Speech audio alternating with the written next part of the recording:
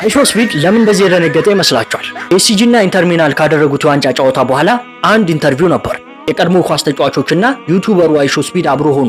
እናም ሀቢብ እነሱን ሲቀላቀላቸው ሶስቱም ወንዶች ሰላም በማለት የሲቢሲ ጋዜጠኛ የሆነችውን ኬቲ ስኮትን ግን አልጨብጥም አሻፈረኝ በማለት እጁን ደረቱ ላይ በማድረግ መልሶላታል። ይህን የተመለከቱ ምዕራባውያን ይህን ቪዲዮ ቫይራል በማውጣት እንደዚሁም ከሀቢብ ላይ ጦርነትን ከፍተውበታል። ሀቢብ እስከዛሬ ድረስ አንድ በአንድ ተሸንፎ አያውቅም። ሀቢብ ከዚህ በፊት የሚፋለመው አንድ በአንድ ከግለሰቦች ጋር ነው።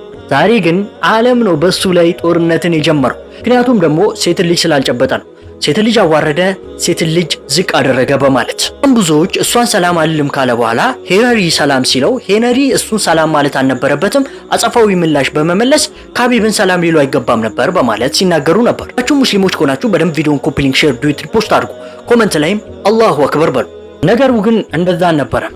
ሀቢብ ያደረገው ሴትን ልጅ አከበራት እንጂ ሴትን ልጅ አላወረደም። አህረም የሆነች ሴትን መጨበጥም መንካትም ማየትም ሙስሊም ወንዶች አይችሉም።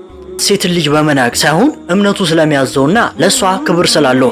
ይህንን ያደረገበት ምክንያት እምነቱ ነው። በእስልምና ሴት ልጅ እንደ ዳይመንድ ነች። ማንም አይነካትም፣ ማንም እንደፈለገ አያረጋትም። ምክንያቱም እንደ ዳይመንድ በስነ ስርዓት የምትጠበቅ ስለሆነች። እናም በምዕራባውያን ዙሪያ ጸጉሯን የሸፈነች እንደዚሁም ደግሞ ሂጃብ ያደረገች ሴት ክብር የሌላት ተደርጋ ትወሰዳለች።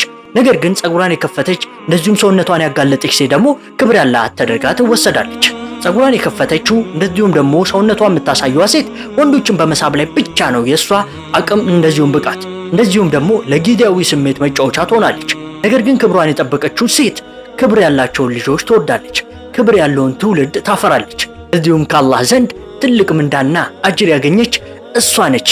አላህ ሱብሓነሁ ወተዓላ ይህን ጀግና ይጠብቀው፣ አሚን በሉ። ይህን ጀግና በድል ላይ ድል አላህ ያቀናጀው።